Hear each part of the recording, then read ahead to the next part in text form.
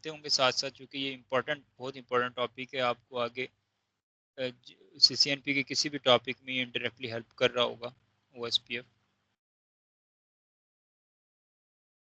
हमने बात की थी OSPF के हवाले से कि ये लिंक स्टेट राउटिंग प्रोटोकॉल है, और लिंक्स की information in the form of LSAs और LSDB की फॉर्म में डिफरेंट नेबरशिप स्टेट से होती हुई, और जो है ना एक राउटर से दूसरे राउटर तक पहुंचती हैं, और वो तमाम तर लिंक्स अपडेट होते हैं।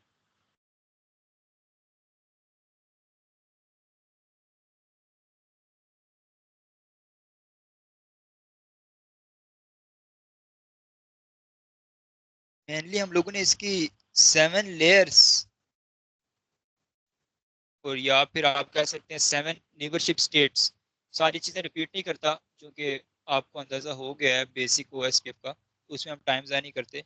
7 नेबरशिप स्टेट्स को हमने प्रैक्टिकली लैब की थी, और इसके प्रॉपर पैकेट्स कैप्चर करके एक एक चीज़ को जो है ना, मैं आपको पैकेट के अंदर जो जो डाटा, जो जो इंफॉर्मेशन थी, जो LSAs की इंफॉर्मेशन थी, या फिर LSDBs की इंफॉर्मेशन थी, या जो जो पैरामीटर्स थे नेबरशिप के, उन तमाम तर चीज़ों के हवाले से हमने बात की थी। और वो स्टेट्स क्या क्या थी? Down state, initialization state, two way state, ex start, exchange, loading और फुल। ये बेसिकली 7 OSPF की नेबरशिप स्टेट्स थी।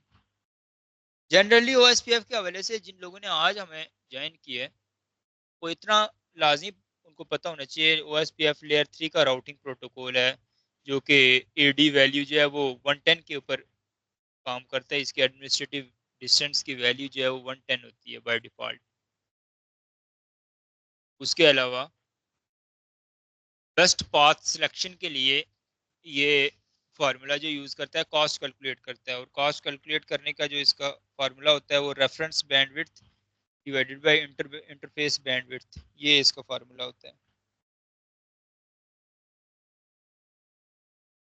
इसके अलावा ये क्लासलेस IP एड्रेसिंग को सपोर्ट करता है। ये एक एक जो पॉइंट बता रहा हूँ, ये एक पूरे पूरे क्रैक्स हैं जो प्रीवियस क्लासेस में हमने 15-15, 20-20 मिनट एक एक एक्सप्लेन किया था, उसके क्रैक्स शेयर कर रहा हूँ।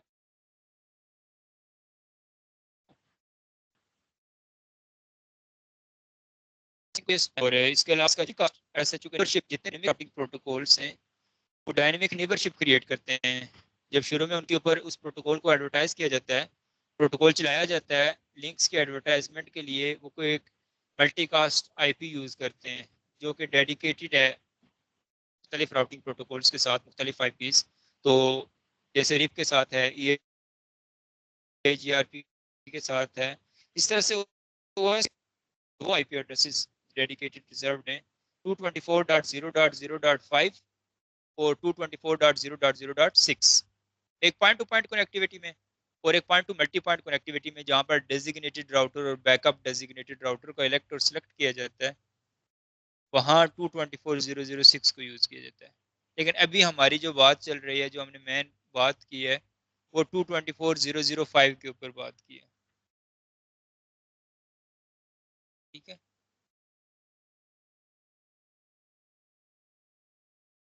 OSPF की जो स्टेट्स थी, 7 स्टेट्स, और इनकी लैब्स मैंने आपको करवाई थी। इन 7 स्टेट्स में से किसी भी एक स्टेट में किसी का कोई क्वेश्चन है, कोई क्यूरी है, कोई प्रॉब्लम है, या लैब करते वक्त किसी को कोई कंफ्यूजन फील हुई हो, तो प्लीज पूछिए। और अगर किसी ने इनमें से कुछ भी नहीं किया तो फिर तो बहुत अच्छी बात है, किसी ने अगर लैब भी नहीं की तो।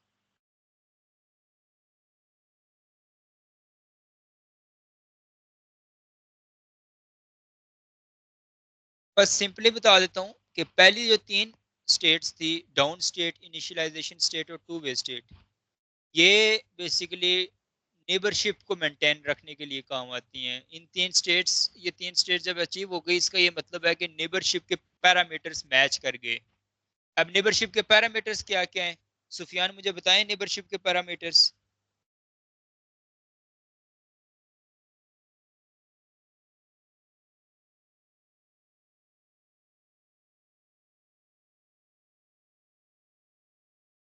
जी कासिम या कुदसी, आप में से कोई बताए।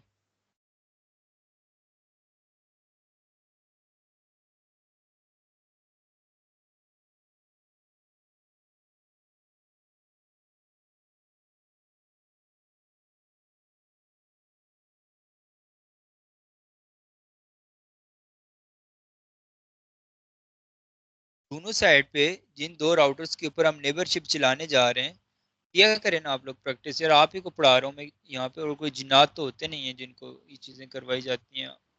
ये इतनी ज्यादा डीप में जाके ओएसपीएफ अगर करवा रहा हूँ तो आप लोगों का फीडबैक नहीं आ रहा, फिर फायदा क्या। एक क्लास से आपका फिर तो कोर्स एंड हो गया, हमें बस कर देना चाहिए अगर आप लोग अगर इंटरेस्टेड नहीं है डिटेल में चीज़ों को सीखने के लिए।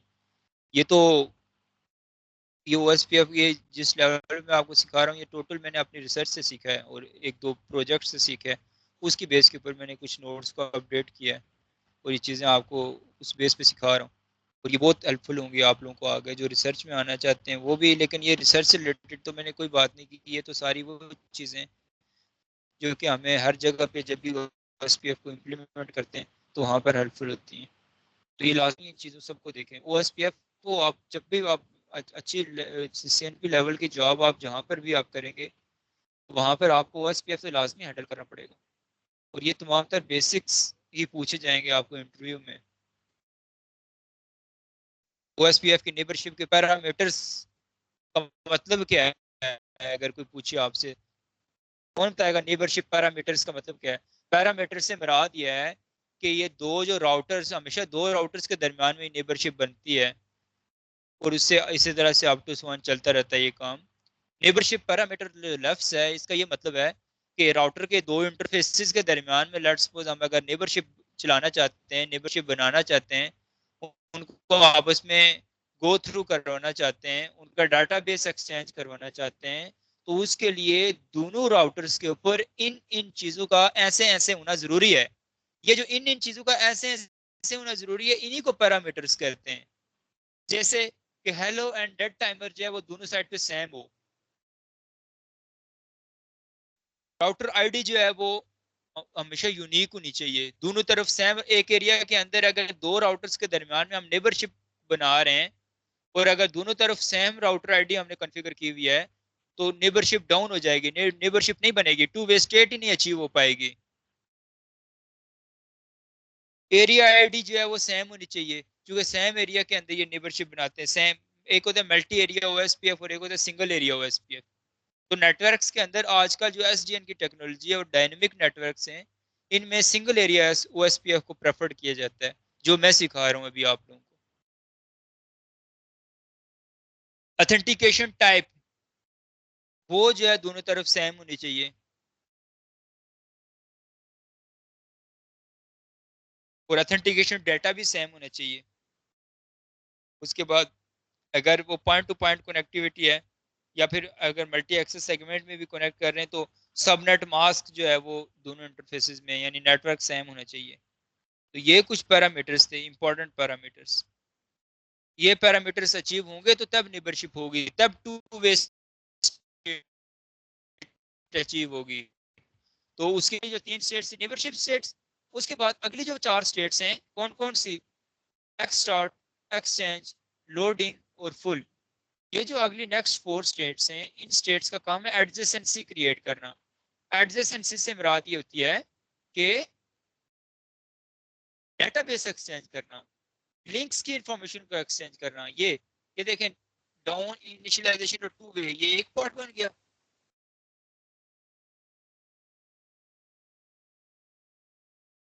उसके बाद एक्सटेंड, एक्सचेंज, लोडिंग और पुल, ये चार जो है एक तरफ आ गई।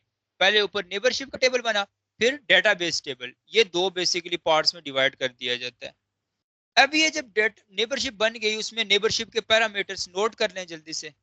अगर नहीं सुने तो मुझे बताएं, मैं रिपीट करता हूँ। और अगर सुन लिए तो नोट करके लिख लें शाबाश जल्दी से। नेबरशिप के पैरामीटर्स लिख लें, फिर हम आगे चलते हैं।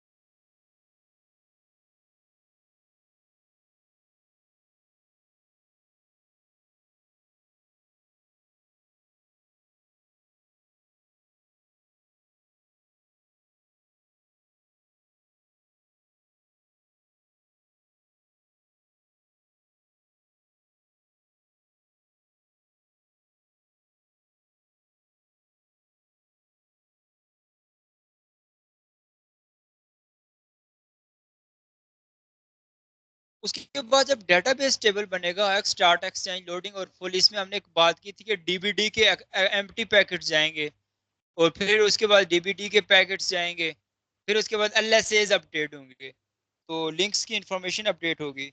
तो इसमें होगा क्या, एलएस जो डेटाबेस होगा, लिंक स्टेट एडवर्टाइजमेंट, जिसको मेन डाटा भी कहते हैं, हर एक लिंक्स की तमाम तर इंफॉर्मेशन, उस इंफॉर्मेशन में क्या क्या चीजें शामिल होंगी, उस इंफॉर्मेशन में लिंक्स की इंफॉर्मेशन होगी। एक सेकंड में एक कॉल सुन लूं, फिर मैं आगे कंटिन्यू करता हूँ।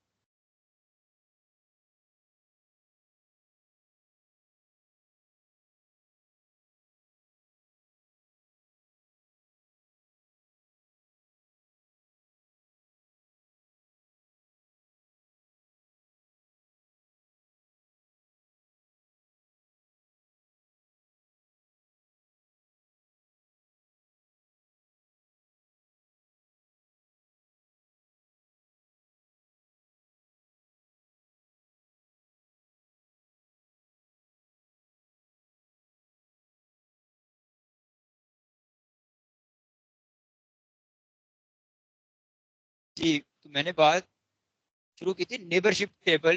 नेबर टेबल जब बनेगा, उसके बाद जब डेटाबेस टेबल इसका बनाएंगे, तो डेटाबेस टेबल में एक तो एलएसए डेटाबेस, एलएसए डेटाबेस में क्या क्या मेन इंफॉर्मेशन होगी, मेजर इंफॉर्मेशन, लिंक्स की इंफॉर्मेशन, डायरेक्टली कनेक्टेड नेटवर्क्स की इंफॉर्मेशन, सबनेट मास्क की इंफॉर्मेशन, इसके अलावा नेबर और कॉस्ट। ये वो चीजें हैं जो कि LSA database, link state advertisement के पैकेट्स होंगे, उनके साथ यही इंफॉर्मेशन जाएंगी, तभी तो इसको बोलते हैं ये लिंक स्टेट डेटाबेस है। और इन्हीं में से कुछ चीजें जो हैं आगे चल के हम बात करेंगे, जो इसकी नेबरशिप को भी मेंटेन रखती हैं, डेटाबेस भी एक्सचेंज करते हैं, और उसके साथ साथ इन नेटवर्क्स के ऊपर, इन राउटर्स के ऊपर लूप्स भी बनने से अवॉइड करवाते हैं, लूप्स भी नहीं बनने देते। उनमें क्या क्या चीज पैकेट्स होते हैं, वो इंफॉर्मेशन जो है वो डीबीडी पैकेट्स में होती है, डीबीडी पैकेट्स, ये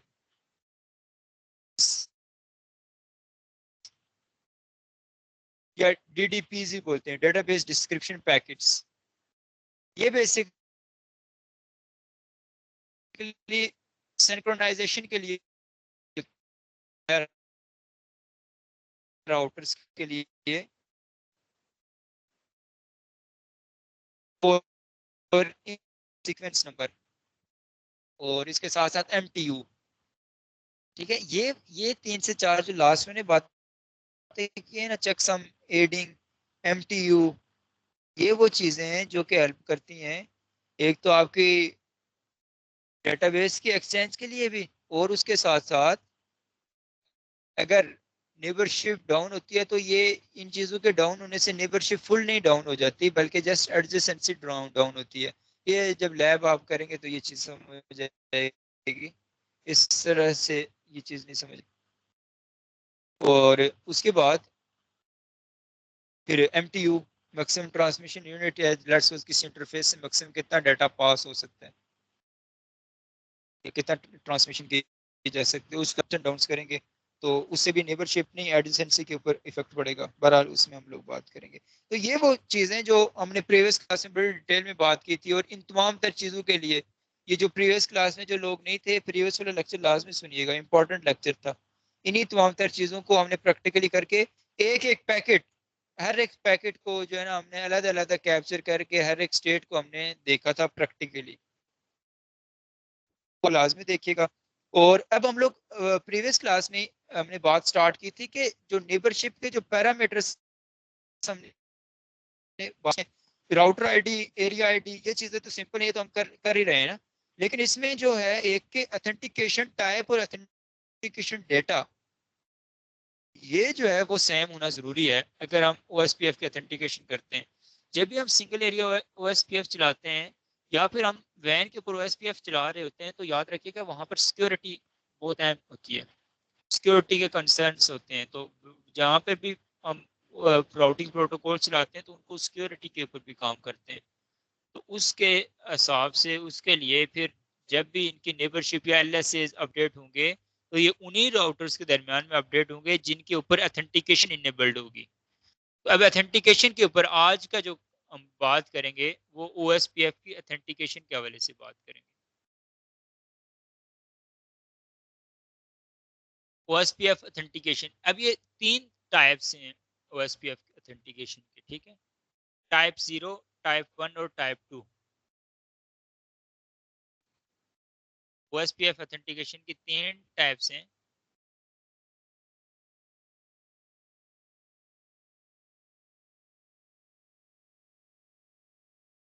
टाइप 0, टाइप 1 एंड टाइप,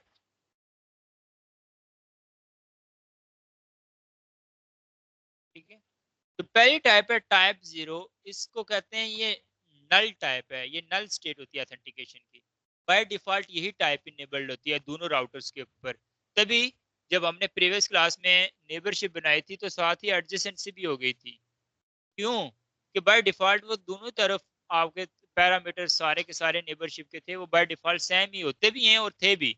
लेकिन हम अपनी सिक्योरिटी, अपनी रिलायबिलिटी, कॉन्फिडेंशियलिटी, इंटेग्रिटी और इसके अलावा नॉन रेपुडिएशन नेटवर्क्स के अंदर जो होती है, और परफॉर्मेंस, इन चीज़ों को जो है ना, नॉन फंक्शनल रिक्वायरमेंट्स जो भी हैं, इन चीज़ों को फिर हम अपग्रेड करने के लिए और इन चीज़ों को यूटिलाइज करने के लिए और इनकी रिक्वायरमेंट के मुताबिक फिर हम लोग इनमें चेंजेस करते हैं। लेकिन चेंजेस करने से हमारी नेबरशिप डाउन ना हो जाए, इसलिए हमें ये पता होना चाहिए कि कहाँ कहाँ पर हमने अपने नेटवर्क के अंदर क्या क्या चेंजेस करनी है और किन किन चेंजेस से हमें क्या क्या नुकसान हो सकता है। जैसे हमने प्रीवियस क्लास में भी प्रोसेस आईडी चेंज की थी, या एक हमने यूज किया था कंसेप्ट जिससे हमारा हमारी नेबरशिप डाउन हो गई थी। इसी तरह से आज भी हम जब काम करेंगे OSPF के, अगर ऑथेंटिकेशन टाइप को चेंज करेंगे दोनों वक्त, दोनों राउटर्स में, दोनों में एक वक्त में तो नहीं कर सकते ना। तो उस केस में फिर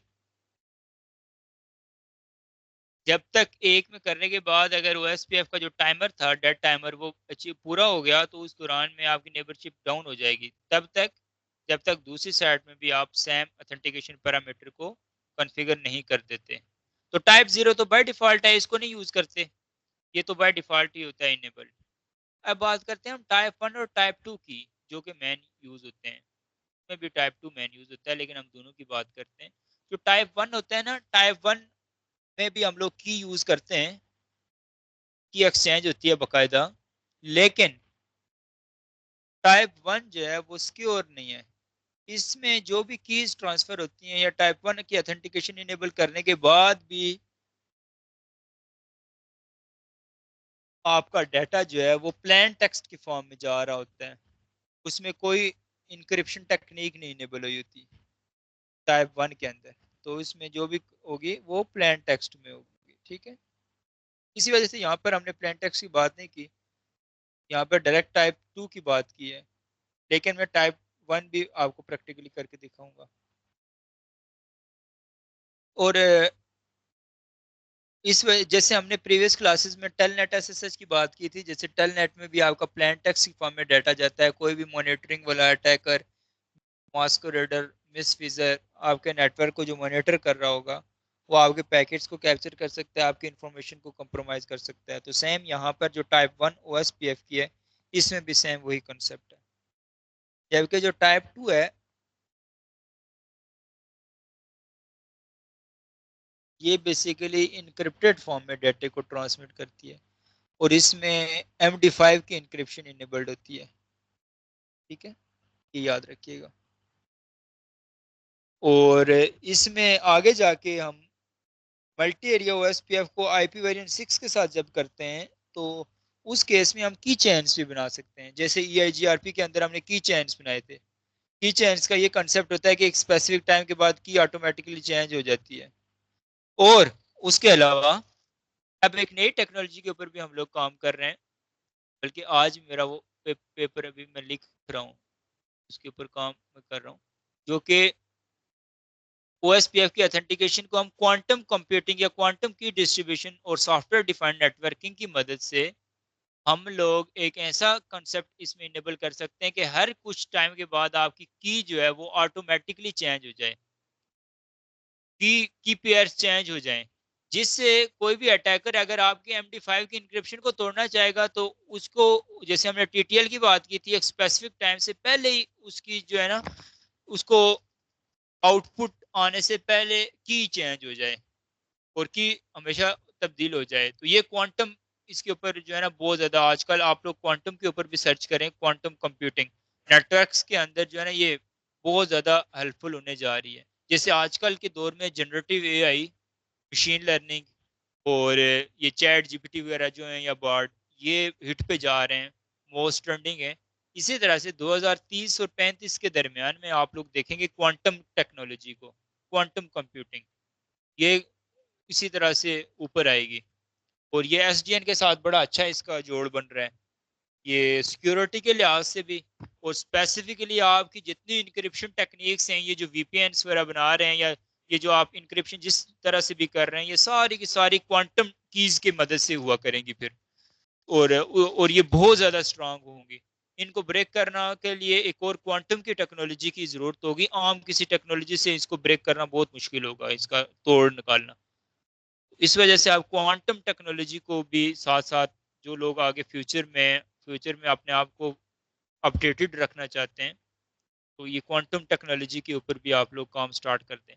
इतना ज़्यादा डाटा नहीं पड़ा हुआ, लेकिन IBM के अंदर जो है ना, IBM के साथ आप उनकी वेबसाइट पे इनका डाटा है, या फिर उनको मेल के जरिए आप अपने रिक्वायरमेंट कोई भी डाटा आप मंगवा सकते हैं, उसको स्टडी कर सकते हैं। आम यूट्यूब्स वगैरह पे या इस तरह से क्वांटम से रिलेटेड आपको बहुत कम डाटा नजर आएगा, क्वांटम टेक्नोलॉजी। तो अभी तो हमारे पास जो तीन है ना, हम तो इसी पे चलेंगे ना, अभी तो हम क्वांटम तो नहीं यहाँ पे इम्प्लीमेंट करेंगे, या SDN नहीं इम्प्लीमेंट करेंगे। लेकिन OSPF की हम लोग बात करें अगर, तो इसमें टाइप 1 को हम लोग इनेबल करते हैं, उसके बाद टाइप 2 को इनेबल करते हैं। टोपोलॉजी कोई मेरे पास शायद बनी हुई नहीं है, DNS को ओपन कर लेते हैं।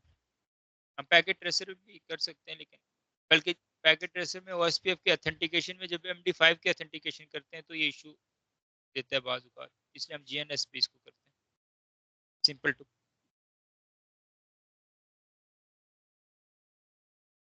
आज की टोपोलॉजी में भी हमारी 2 राउटर्स पे काम चल जाएगा फिलहाल।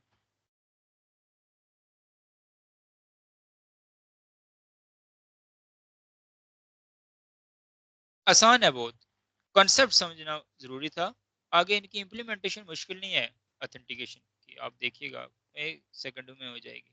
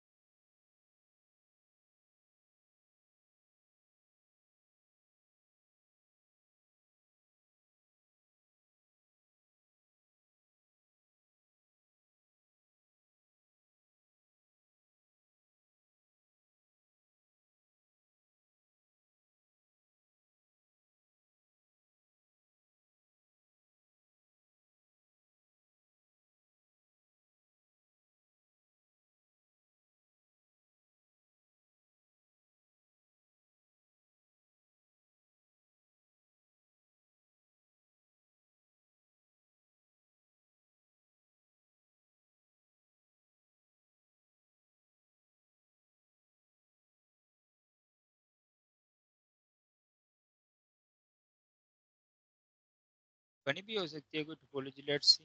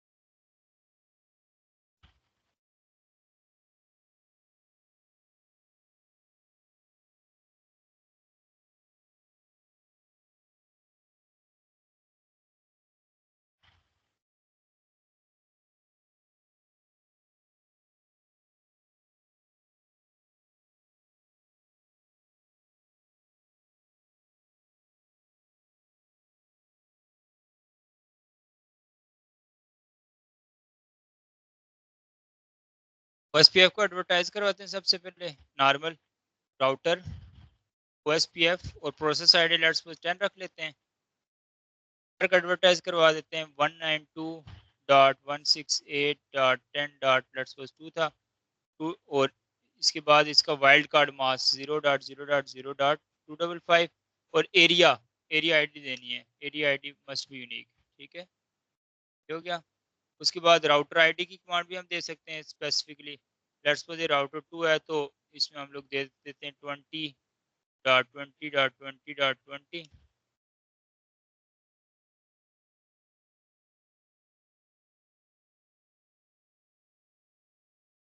राउटर आईडी को सिलेक्ट करने के कौन से क्या 3 वेज हैं, कौन बताएगा मुझे, बोल जाए करे ना यार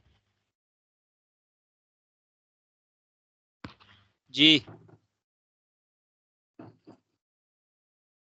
सर जो अब तो फिर उसकी जो राउटर आईडी के 3 तरीके होते हैं ना देने के। हाँ, कौन कौन से? एक तो जो मतलब इंटरफेस में हम आईपी एड्रेस देते हैं जिसका सबसे कम होगा वो राउटर आईडी बन जाएगी, सबसे कम या होगा या लूप बैक सबसे ज्यादा एड्रेस जो होगा? सबसे कम जिसका होगा या सबसे सबसे ज्यादा? मतलब ज्यादा, और उसके बाद दूसरा मतलब ये राउटर आईडी की कमांड से, और तीसरा ये कि लूप बैक एड्रेस जो देते हैं हम, लूप बैक आईपी, सबसे उसके कम जरिए भी हम प्रेफरेंस दे किसकी सकते हैं। होती है और सबसे ज्यादा किसकी होती है, मिक्स कर रहे हो ना? आपकी आवाज नहीं आ रही सर। सबसे ज्यादा प्रेफरेंस किसकी होती है, सबसे कम किसकी होती है, अगर तीनों हैं तो कौन सी राउटर आईडी बनेगी? तीनों है तो उसमें हम अगर राउटर आईडी की कमांड से दें तो वो ज्यादा बेहतर रहेगी। हाँ, और अगर लूप बैक इंटरफेस भी कॉन्फ़िगर है और फिजिकल इंटरफेसेस भी हैं तो फिर किसकी ज्यादा वैल्यू होगी? फिर लूप बैक ही ज्यादा बेहतर रहेगी, क्योंकि लूप बैक जो हाँ है वो डाउन नहीं होता। जी, वो हमेशा अप रहता है। तो अब इसका मतलब यह है जी। कि लूप बैक और राउटर आईडी के ना होने के केस में फिजिकल जो इंटरफेसेस हैं उनके दरमियान में इलेक्शन होगा, उनमें से जिस इंटरफेस का आईपी एड्रेस सबसे बड़ा होगा वो राउटर आईडी बनेगी, है ना? बिल्कुल ठीक है। इस पे OSPF चल गया, ठीक है, इस राउटर पे, अब इस राउटर पे भी चलाते हैं राउटर OSPF 10 नेटवर्क 192.168.10.1 0.0.0.255 एरिया 0, ठीक है, और राउटर आईडी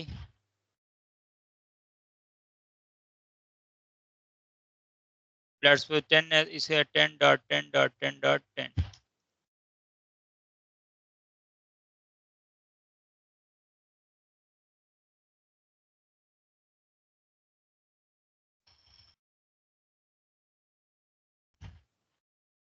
अब देखें राउटर आईडी ये नहीं ले रहा, क्यों नहीं ले रहा, क्योंकि इससे पहले ही वो नेबरशिप बन चुके हैं, हम लेट हो गए हैं। ये देखें एडजेसेंसी भी हो गई है, नेबरशिप भी हो गई है, और कह रहा है कि एडजेसेंसी क्रिएट हो गई है, ये देखिए, और फुल स्टेट लास्ट स्टेट जहां पर उनका LSDB LSA सब कुछ एक्सचेंज कर चुके हैं ये दोनों राउटर्स आपस में। इस वजह से अब ये देखो राउटर आईडी की कमांड में दे रहा हूं तो एरर दे रहा है कि राउटर आईडी नहीं दे सकते, क्यों? क्योंकि ये सब कुछ पहले से क्रिएट हो चुका है। तो अब इस राउटर आईडी को चलाने के लिए हमें इनकी नेबरशिप को खत्म करना पड़ेगा या क्लियर आईपी OSPF प्रोसेसेस करना पड़ेगा। इससे ये होगा कि आपके पास ये दोबारा से इलेक्शन एंड सिलेक्शन होगा, फिर आपके पास ये राउटर आईडी इसको इलेक्ट करेगा, ठीक है, ये याद रखिएगा। अभी जो है अभी उसने फिजिकल इंटरफेस के आईपी एड्रेस को ही राउटर आईडी माना होगा, आगे चल के मैं आपको दिखाता हूँ। बहरहाल वो ये सिर्फ ये एरर की बेस पे आया है, ये देखना जब हम खत्म करते हैं clear IP OSPF processes, yes, अभी देखिए नेबरशिप डाउन हो गई है, अब दोबारा से अप हो जाएगी।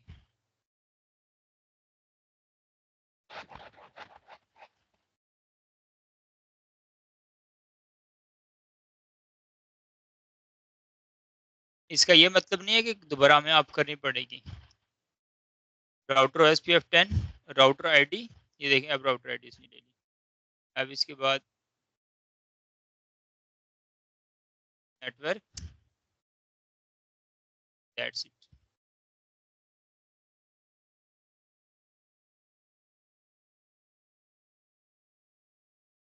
ये देखें दोबारा से बन गया, दोबारा से नेबरशिप इनेबल हो गई है, लोडिंग टू फुल। और इसको आप देखना चाहते हैं तो उसके लिए कमांड है शो IP OSPF टोपोलॉजी, या वो show IP OSPF neighbours.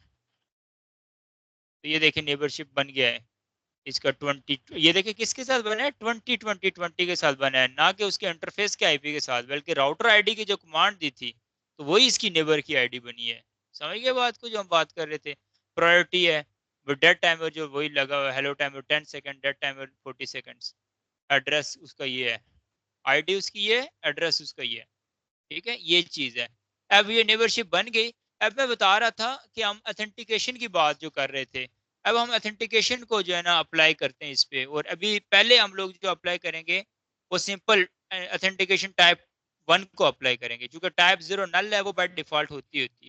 Type 1 को इनेबल करेंगे तो अथेंटिकेशन जब भी हम अप्लाई करेंगे ना, चूंकि किन के दरमियान, इन दोनों राउटर्स के दरमियान में होगी और इस रास्ते के जरिए होगी, इसलिए इन इंटरफेसेस के ऊपर हमेशा हम अथेंटिकेशन को अप्लाई करेंगे। ठीक है, ये याद रखिएगा।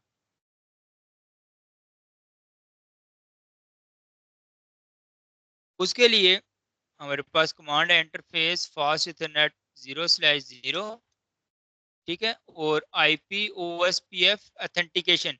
सिर्फ देखिएगा जैसे ये कमांड देंगे ना, इस कमांड का ये मतलब है कि हमने टाइप 1 को इनेबल कर दिया, कीज देना और बाकी तमाम तर चीजें। क्योंकि एक होता है अथेंटिकेशन टाइप और एक होता है अथेंटिकेशन डेटा। जब ये मैंने कमांड दूंगा IP OSPF अथेंटिकेशन, तो इसका ये मतलब होगा कि हमने अथेंटिकेशन टाइप को चेंज कर दिया, टाइप 0 से टाइप 1। उसके बाद फिर जब कीज दूंगा तो वो डाटा की बात हो रही होगी। अब देखिएगा, अब जैसे ये किया, अब थोड़ा सा वेट करते हैं, आपको नेबरशिप डाउन होते हुए नजर आएगी, क्योंकि दूसरी साइड पे तो नहीं ये इनेबल की ना कमांड, तो दूसरी तरफ नल चल रहा है, टाइप 0 चल रही है, इस साइड पे टाइप 1 चल रही है। ठीक है, अब ये चीज, एक चीज मैं आपको यहाँ से मैसेज आ जाएगा, लेकिन साथ साथ यहाँ पर आपको नेबर, ये देखें शो IPSPF नेबर, ये 8 सेकंड पे चला गया, डेड टाइमर लगा हुआ है, ये 6 सेकंड, ये 5 सेकंड, ये 4 सेकंड। अब ये देखना 2 सेकंड के बाद यहाँ पे अब मैसेज आएगा, देखना, ये देखे मैसेज आ गया। क्या मैसेज आया कि फुल से लेकर डाउन स्टेट में चली गई है, डायरेक्ट आपकी नेबरशिप डाउन हो गई है। अब नेबरशिप डाउन हो गई है, ठीक है, डेड टाइमर भी एक्सपायर्ड हो गया है। उसने वेट किया है कुछ टाइम, 30 सेकंड्स का जो डेड टाइमर लगा था, लेकिन उसके बाद भी जब इसको कोई रिस्पांस नहीं आया, ये इसलिए था कि इस दौरान में अगर हम जाके दूसरे राउटर में भी आप कर देते फौरन से, यही टाइप लगा देते, फिर ये डाउन ना होती, लेकिन उधर हमने नहीं लगाया। इसलिए अभी हमें नेबरशिप और अथेंटिकेशन टाइप के मिसमैच होने की वजह से हमारी नेबरशिप जो है वो डाउन हो गई है। ये समझें, इस बात को अच्छे से समझें। इसी तरह से अब हम इसमें की भी अप्लाई कर लेते हैं, साथ ही IPSPF interface fast Ethernet 0/0 IP OSPF authentication. ठीक है, अब यहाँ पर ऑथेंटिकेशन इनेबल की और फिर उसके बाद ऑथेंटिकेशन में है, क्योंकि हमने प्लेन टेक्स्ट लगाना है, तो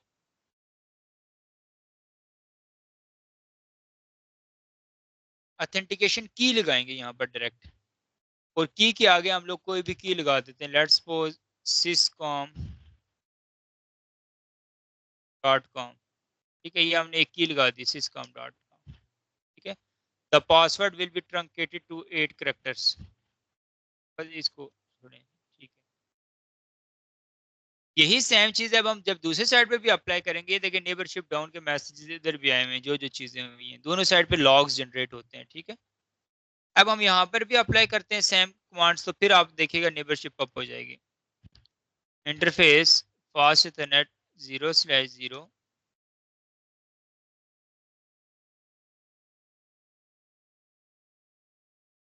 IP OSPF ऑथेंटिकेशन और IP OSPF ऑथेंटिकेशन की syscom.com, ठीक है। लेट्स अब देखते हैं, ये देखें नेबरशिप दोबारा से किस स्टेट में चली गई है, फुल स्टेट में चली गई है, नेबरशिप अप हो गई है।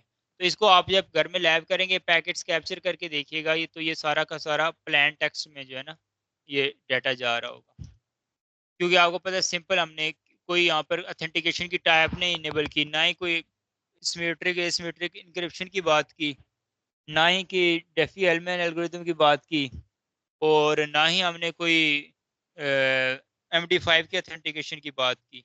तो अब वो दूसरी बात करेंगे। अब यहाँ पर टाइप 1 इनेबल है, अब टाइप 1 से टाइप 2 पे मूव करते हैं। IP-OSPF authentication message digest.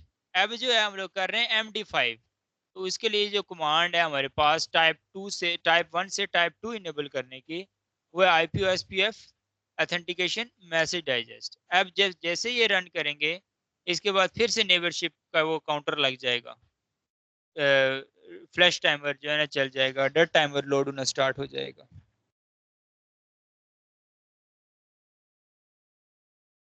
क्योंकि यहाँ पर अभी साइड पे मैसेज डाइजेस्ट टाइप 2 इनेबल है, दूसरी साइड पे टाइप 1 इनेबल है। Let's wait.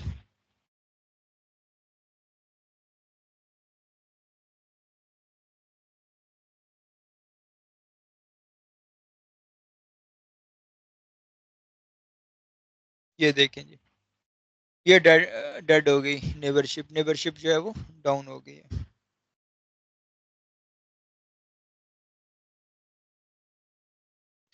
अब हम इसकी की भी अप्लाई कर लेते हैं। ये जो है ना ये स्ट्रॉन्ग की होती है, IP-OSPF मैसेज डाइजेस्ट की, ठीक है।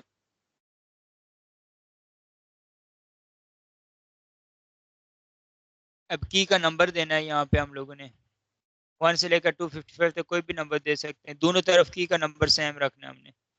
लेट्स 10 दे देते हैं। उसके बाद कौन सी की यूज करें, MD5।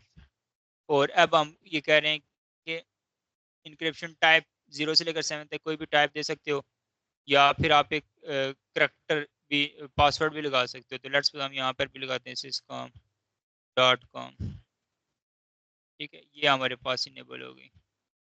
याद रखना की का जो नंबर है वो 10 है, ठीक है। यही हम दूसरी साइड पे भी अप्लाई करेंगे। IP-OSPF ऑथेंटिकेशन,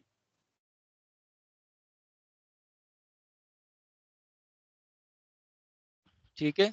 उसके बाद IP-OSPF मैसेज डाइजेस्ट की का नंबर 10, उसके बाद MD5 और syscom.com। जैसे ये लगाएंगे तो ये देखें नेबरशिप अप हो गई। अब इन दोनों में फर्क क्या है, एक इनक्रिप्टेड था जो अभी यूज किया है, MD5 की इनक्रिप्शन थी, जबकि जो दूसरा था वो सिंपल प्लेन टेक्स्ट में था। तो इस तरह से आपके नेबरशिप के पैरामीटर्स को चेंज करने से नेबरशिप के ऊपर असरात पड़ते हैं। इसी तरह से आप एरिया आईडी, वो तो बाकी सिंपल चीजें ना, router ID, area ID, subnet mask, वो आप लोग खुद भी चेंज करके देख सकते हैं। इसको आप घर में प्रैक्टिस कर करके देखिएगा, सभी इन्हीं के चेंज होने से आपकी बार बार इनकी नेबरशिप डाउन होती जाएगी। तो आप इसको ये इस तरह से भी चेक कर सकते हैं, ठीक है। तो ये बेसिकली OSPF की ऑथेंटिकेशन की बात थी। अब हम बेसिकली नेक्स्ट मूव करेंगे हमारे इंपॉर्टेंट इसके हवाले से, LSAs के हवाले से, LSA 1, LSA 2, LSA आगे जो जो LSAs की टाइप्स आएंगी, 3, 4, 5, 6, 7, 8, 9, 10, 20, 40। तो मैं जो है ना हमारे पास LSA 1, 2 है, बाकी जो है ना सारे ऑप्शनल हैं, ज़रूरत के मुताबिक इस्तेमाल होते हैं। तो अब हम चलें नेक्स्ट क्लास में OSPF LSAs की बात करेंगे। तब तक के लिए मेरे ख्याल में काफ़ी है। कोई किसी का कोई क्वेश्चन हो आज की क्लास से रिलेटेड, या कोई चीज़ मुश्किल लगी हो तो पूछे प्लीज़।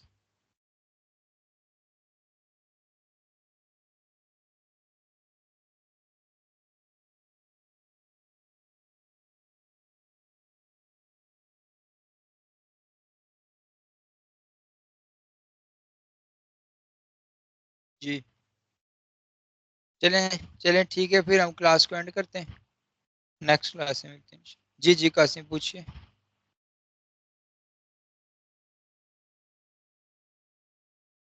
Ji sir Qasim. ये मेरा क्वेश्चन एक था कि मतलब एक राउटर जिसमें मतलब हम कॉन्फ़िगरेशन करेंगे वो तो हमारे पास होगा, जिसपे मतलब हम ऑथेंटिकेशन वगैरह अप्लाई कर रहे होंगे ओएसपीएफ की। लेकिन जिस तरह दूसरा राउटर तो हमारे पास नहीं होगा, उस पे फिर हम ऑथेंटिकेशन किस तरह करें? जब नेटवर्क्स के अंदर हम काम कर रहे होते हैं तो सारे नेटवर्क राउटर्स ही हमारे पास होते हैं, हम आईपी के जरिए किसी भी राउटर को एक्सेस कर सकते हैं वैन के अंदर। हम वीपीएन की टनल्स वैन बनी के होती हैं, उसके जरिए हमारे जितने भी राउटर्स होते हैं, डेस्टिनेशन राउटर्स, जो ये ज़्यादातर कहाँ पे होती है ये ऑथेंटिकेशन, ब्रांचेस के दरम्यान में, हेड ऑफिस उसकी जी, ब्रांचेस या राउटर के एक ऑर्गेनाइजेशन के अंदर मल्टीपल राउटर्स हों, उनके दरम्यान में ये चलती हैं। तो इस वजह से ये ऑथेंटिकेशन की जब बात आती है तो ये जो सोर्स और डेस्टिनेशन दोनों ही किसी एक ऑर्गेनाइजेशन की अपनी जो है ना प्रॉपर्टी होते हैं, तो उनको हम लोग मुख्तलिफ तरह से रिमोट एक्सेस इनेबल कर सकते हैं उनको कॉन्फ़िगर करने के लिए। ठीक हो गया सर, थैंक यू। ठीक है जी, अल्लाह हाफिज़।